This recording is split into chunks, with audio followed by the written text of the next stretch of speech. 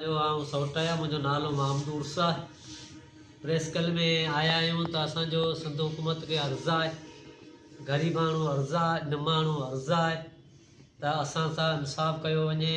ऐं जेल में अली बश्क मल्ला फौत थी वियो, तंहिंजो जेल सुप्रींटेंडेंट ऐं जेलर साहब इहे ज़िम्मेवार माण्हू ऐं उहो कहिड़े वजह सां मुओ आहे उनजो सबूत असांखे ॾिनो वञे ऐं इहो असांजो अर्ज़ु आहे। ऐं उनजो जेको पोस्ट मास्टर जो सबूत आहे उहो बि ॾिनो वञे त कहिड़े सबबु मुओ आहे, छो मुओ आहे, उनजा ज़िम्मेवार जेलर ऐं सुप्रींटेंडेंट। हाणे तव्हांजो छा मुतालबो आहे? असांजो इहो ई मुतालबो आहे, सिंध हुकूमत खे बि अर्ज़ु आहे त असांजो इहो ई मुतालबो आहे त असांजो इहो इंसाफ़ कयो वञे। उन वीचारे ग़रीब जा 6 नंढड़ा औलाद आहिनि, मासूम एतिरा, ऐं उन्हनि सां इंसाफ़ कयो वञे। उनजी घरवारी आहे, उन्हनि सां इंसाफ़ कयो वञे ऐं उन्हनि जी जेका हक़ रसाई थी वञे।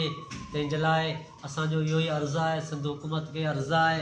कंहिं बि सियासी माण्हू लाइ न, कंहिं बि सियासी माण्हू सां असांजो वास्तो न आहे, कंहिं बि सियासी माण्हू सां असांजो हथु न आहे, असांजो अर्ज़ु आहे। अच्छा बाबा, हाणे इहो आहे त जेके जेल वारा आहिनि या जेके पुलिस जेके रिपोर्ट ॾिनी आहे उहो चवनि था त सिद्दीक़ अली बख्श मल्ला जेको आहे उन ख़ुदकुशी कई आहे, तव्हां उनजे हवाले सां छा था चओ?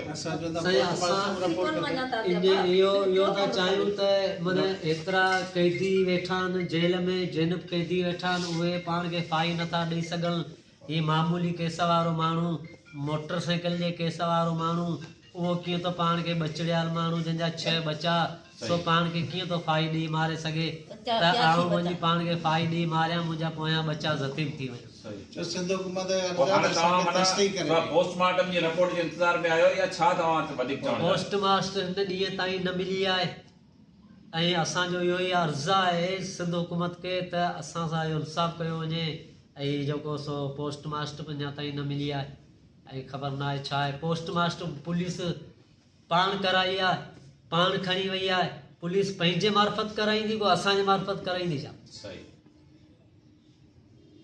ठीक है मला ठीक है। मैं आया हूँ प्रेस क्लब में, ये मेरे पास उसका माँ खड़े है। किसकी वालदा है ये अली बख्श की वालदा है, वो अली बख्श का भाई है, वो अली बख्श का सोट है, ये बहन है, एक बड़ी बहन बैठी है।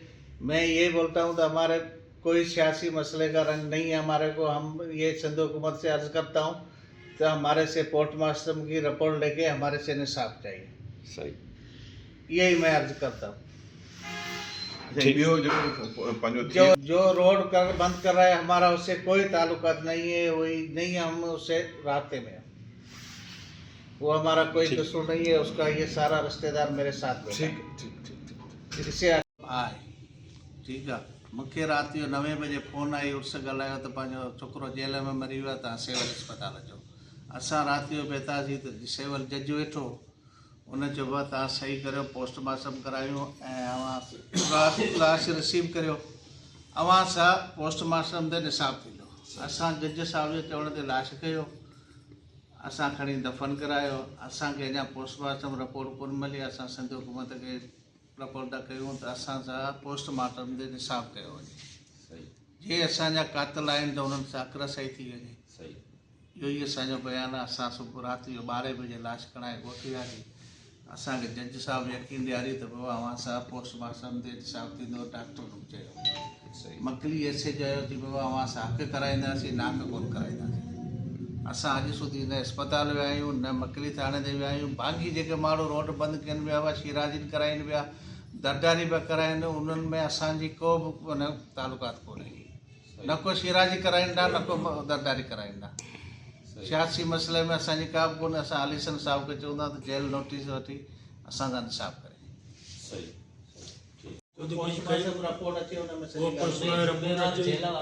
ज़िम्मेदार जेल वारा तो असां उन्हनि जे हक़ रसाई करी सबूत ॾियनि, वो सबूत ॾियनि असांखे। सबूत ॾियनि असांखे। जी अम्मा, जी अम्मा तव्हां छा था चओ? अम्मा इहो ई चवां थी त मूंखे हक़ रसाई खपे मुंहिंजे पुट जी। हा, मदद करे।